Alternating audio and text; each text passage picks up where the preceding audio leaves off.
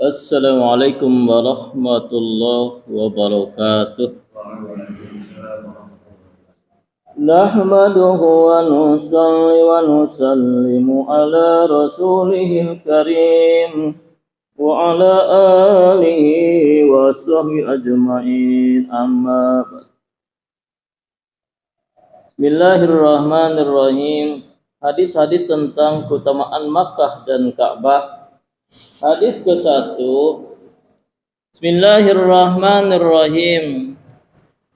An Ibni Abbas anhu qala Rasulullah sallam, inna lillahi fi kulli yaumin wa lailatin ishrina wa mi'ata rahmatin tanzilu ala hadal baiti sittuna liqa'ifina wa arba'una lil musallina wa ishruna lin nadirin. Di Abdullah bin Abbas anhuma ia berkata, Rasulullah bersabda, sesungguhnya dalam setiap hari, siang dan malam 120 rahmat Allah turun di atas Ka'bah ini. 60 diantaranya untuk orang-orang yang tawaf, 40 untuk orang-orang yang sholat, dan 20 untuk orang yang memandanginya. Hadis riwayat Ibnu Adi dan Baihaqi dalam kitab Durul Mantur. Keterangan ketika Ka'bah saja, melihat Ka'bah saja merupakan ibadah. Syekh Sa'id bin Musayyib berkata, barang siapa yang melihat Ka'bah dengan iman dan tasdik, ia akan keluar dari dosa-dosanya sebagaimana ia baru saja lahir. Abu Sa'id Madhum berkata, barang siapa yang melihat Ka'bah dengan iman dan tasdik, dosa-dosanya berguguran sebagaimana daun-daun berguguran dari pohonnya.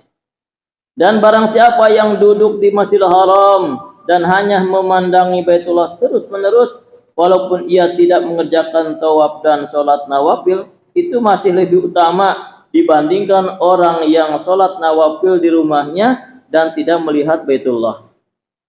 Atau rahmatullahi mengatakan bahwa melihat Baitullah itu juga ibadah. Dan orang yang melihat Baitullah itu seperti halnya orang yang tahajud pada malam hari, berpuasa pada siang hari, berjuang di jalan Allah, dan taubat kembali kepada Allah. Juga dinukilkan dari beliau bahwa melihat Baitullah satu kali itu pahalanya sama dengan ibadah nawafil selama 1 tahun. Imam Taus berkata bahwa melihat Baitullah itu lebih utama daripada ibadah orang yang berpuasa dan bangun malam dan juga ujian Allah. Ibrahim Nakhairah Ali berkata, orang yang melihat Baitullah itu sama dengan berusaha terus-menerus dalam beribadah di luar Makkah. Disebutkan dalam kitab Durul Mansur. Dan rahmat yang turun ke atas orang yang bertawaf itu telah jelas berdasarkan hadis di atas. Yaitu ulama menulis bahwa tawaf di Masjidil Haram itu lebih utama daripada tahiyatul masjid. Seandainya karena ada sesuatu sebab jika seseorang tidak bisa mengerjakan tawaf, maka ia mengerjakan tahiyatul masjid. Dan ia tidak, maka sebagai ganti tahiyatul masjid, begitu masuk ke Masjidil Haram, mengerjakan tawaf itu lebih utama. Dan apabila waktu sholat sudah dekat, maka baru ia meninggalkan tawaf. Beruntung orang-orang yang ditaufik oleh Allah SWT dengan keutamaan dan anugerahnya. Ia dapat mengerjakan tawaf berkali-kali. Karajaban Wabarah adalah seorang syekh yang amalan hariannya selalu mengerjakan tawaf sebanyak 70 kali pada siang hari dan 70 kali pada malam hari. Dengan jarak perjalanan yang harus ditempuh olehnya setiap hari 30 mil. Dan setiap selepas tawaf mengerjakan 2 rakaat tahiyat tawaf sebanyak 280 rakaat.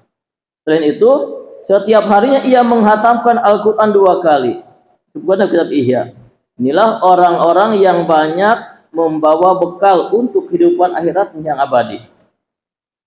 Akhirnya ini beberapa hadis menjelaskan tentang keutamaan Makkah dan Ka'bah. Kemudian Allah berpahaman dan tujuan kita niat bisa mengunjungi berziarah ke Baitullah.